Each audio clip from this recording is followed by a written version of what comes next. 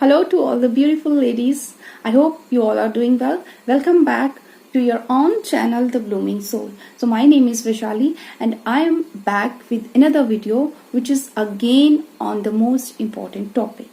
So topic आज का हमारा जो है वो ये रहने वाला है कि वो जो एक पेरेंट्स की प्रॉब्लम होती है इनिशियली ही प्रॉब्लम शुरू हो जाती है। क्या करें, हमारा बच्चा तो लिखना ही नहीं चाहता, ये तो लिख ही नहीं रहा, कब से मैं प्रैक्टिस करवा रही हूँ, नहीं लिखेगा, बिल्कुल नहीं लिखेगा वो, बिकॉज आपने राइटिंग उसके लिए एक मुसीबत जो बना दिया है।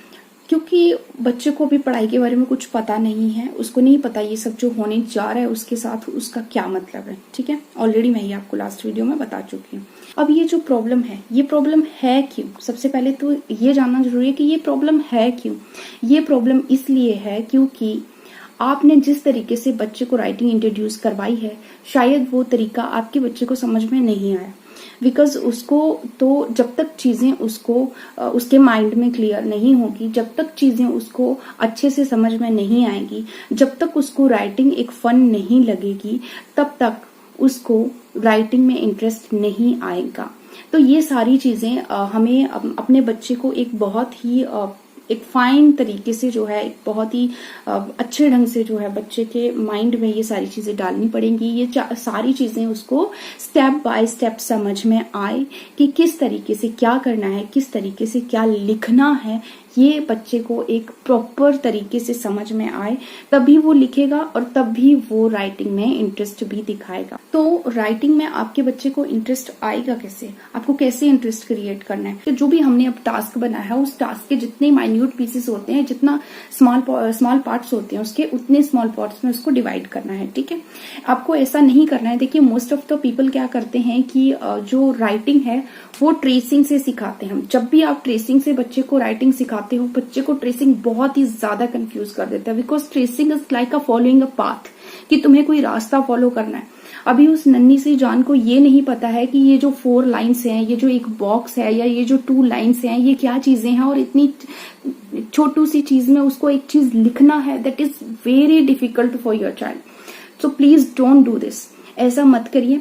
ट्रेसिंग से राइटिंग कभी भी स्टार्ट मत करिए। ट्रेसिंग बच्चे को बहुत ही ज्यादा कंफ्यूज करता है। ठीक है, आपको राइटिंग स्टार्ट करनी कहाँ से? अब बहुत सारे लोग क्या करते हैं कि स्ट्रोक से स्टार्ट करते हैं। ठीक है, स्ट्रोक से स्टार्ट करा, फाइन, बट आपको जो है स्ट्रोक्स को भी कैसे इंट्रोड्यूस करवाना है वो इस वीडियो में स्पेशल होने वाला है कि आपको स्ट्रोक्स भी कैसे इंट्रोड्यूस करवानी है बच्चे को।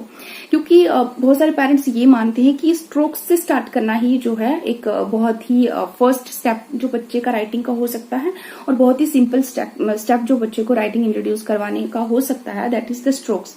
लेकिन स्ट्रोक्स आपने इंट्रोड्यूस करवानी कैसे? स्ट्रोक्स में सबसे पहले जो है, अंडर रूल देखा जाए तो सबसे पहले जो है वो स्टैंडिंग लाइन बच्चे को सिखाई जाती है। ठीक है, तो स्टैंडिंग लाइन में बेसिकली होता क्या है? Up to down. बच्चे का हैंड जो है वो अप टू डाउन मूव करता है।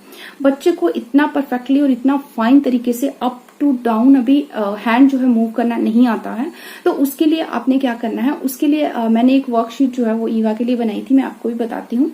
तो वो उस तरीके की अगर आप वर्कशीट बनाओगे, आप देखोगे कि आपका बच्चा बहुत अच्छे तरीके से जो है वो आपको ये काफी देर प्रैक्टिस करना पड़ेगा। मैंने आपको ऑलरेडी लास्ट वीडियोस में कहा कि आप 2-4 दिन कुछ भी एक्टिविटी बच्चे के साथ प्रैक्टिस करके आप थक मत जाएं। वो प्रैक्टिस एक्टिविटी आपको बार बार अपने बच्चे के साथ प्रैक्टिस करनी पड़ेगी, तभी जाके परफेक्शन आएगी। You have to keep this in your mind कि तभी परफेक्शन आएगी। प्रैक्टिस करोगे तो परफेक्शन आएगी, अदरवाइज परफेक्शन नहीं आएगी। ये वो फर्स्ट वर्कशीट है जिसमें आपका बच्चा जो है अप टू डाउन जो है हैंड को मूव करना सीखेगा। देखिए, इसमें आप जो है कुछ पिक्चर्स देख रहे होंगे। One is cow, another is this man, and here is this grass, and this is an office. ठीक है, आप ये जो पिक्चर्स देख रहे हैं, आपने करना क्या है कि मैंने ये जो वर्कशीट आपको अगर नहीं बनाना आएगी तो इसके लिए मैं एक सेपरेट वीडियो बना दूंगी। आप उससे घबराएं मत बिल्कुल भी। और ये बनाना बहुत ही ज्यादा इजी है, इसमें कोई ज्यादा मुश्किल नहीं है।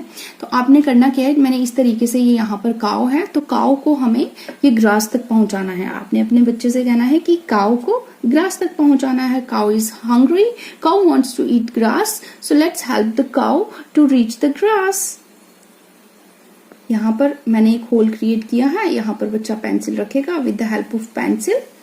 your child will come down like this. Okay, and do the same with this side. अब यहाँ पर बच्चे के इंटरेस्ट के हिसाब से पिक्चर्स जो है वो चेंज भी कर सकते हैं, इसमें कोई वो बड़ी प्रॉब्लम नहीं है। ठीक है, देखिए आप सेम देखिए किस तरीके से एक स्टैंडिंग लाइन जो है वो भी साथ साथ ड्रॉ होती जा रही है। ठीक है, you can erase this and this is ready to use again. So these are reusable, this is a reusable sheet. इस तरीके से आप इसको आराम से जो है इरेज करिए एंड देन आप अगेन एंड अगेन ये एक्टिविटी जो है अपने बच्चे के साथ प्रैक्टिस करिए।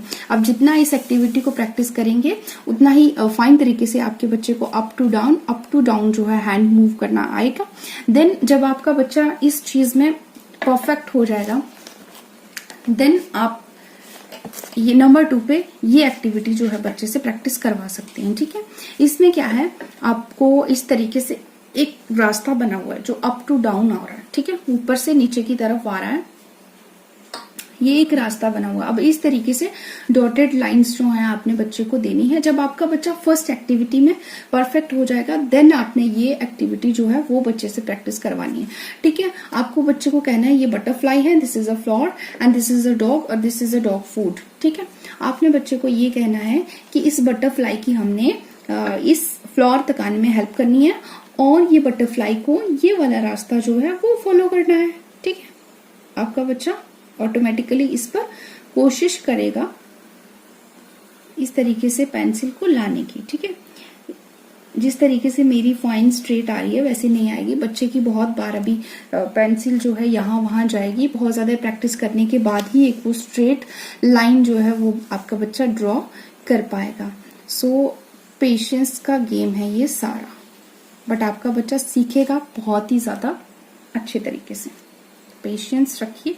जब बच्चे को इस तरीके से जो है एक स्टैंडिंग लाइन परफेक्ट और फाइन तरीके से ड्रॉ करना आ जाएगी, तब आप नेक्स्ट क्या कर सकते हैं कि तब आप नेक्स्ट उसको आपको लाइंस पे प्रैक्टिस करवाना है। ठीक है, लेकिन जो बुक्स में लाइन, नोटबुक्स में जो लाइन दी गई होती है बहुत ही स्मॉल लाइंस होती हैं और वो इस तरीके की कुछ इस कलर की लाइंस होती हैं, 2 पिंक लाइन और पिंक लाइंस होती हैं। फॉर एग्जांपल आपने बच्चे को ए सिखाना है अगर, तो इस तरीके से आपको 1 2 3 4 लाइंस खुद से एक थोड़े से बड़े पैटर्न में ड्रॉ करनी पड़ेंगी, थोड़ा सा बड़ा साइज में ड्रॉ करनी पड़ेंगी ताकि बच्चे को लाइन कुछ समझ में आए। ठीक है, कि देयर आर 4 लाइंस, बच्चे को पता चले कि ये 4 लाइंस है और अगर मुझे यहाँ पर स्टैंडिंग लाइन ड्रॉ करनी है तो स्टैंडिंग लाइन मुझे कितनी लाइंस में ड्रॉ करनी है। ठीक है, इस तरीके से बच्चा आपको ऑटोमेटिकली इसके ऊपर कुछ ना कुछ स्टैंडिंग लाइन खुद से ड्रॉ करना स्टार्ट कर देगा, क्योंकि उसको चीजें स्लोली समझ में आ रही हैं। ठीक है, और इस तरीके से जब आपका बच्चा इस चीज में परफेक्ट हो जाएगा, देन आप डायरेक्टली उसको नोटबुक पर ला सकते हैं।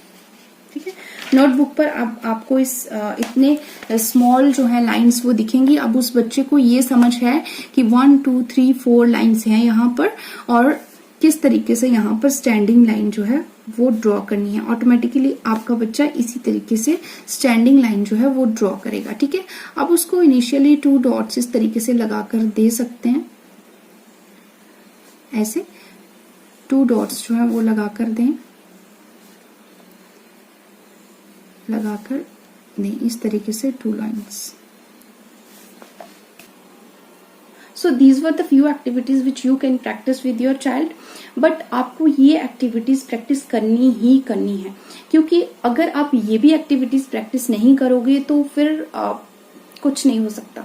क्योंकि अगर आप इंटरनेट पर जाएंगे आपको हजारों चीजें मिलेंगी कि आपको स्टैंडिंग लाइन कैसे सिखानी है, उसके लिए क्या क्या एक्टिविटीज करवानी है, बट ये जो मेथड मैंने आपको बताया, इस मेथड से आपके बच्चे को स्टेप बाय स्टेप चीजें समझ में भी आएंगी और आपका बच्चा जल्दी से नोटबुक पर भी आएगा।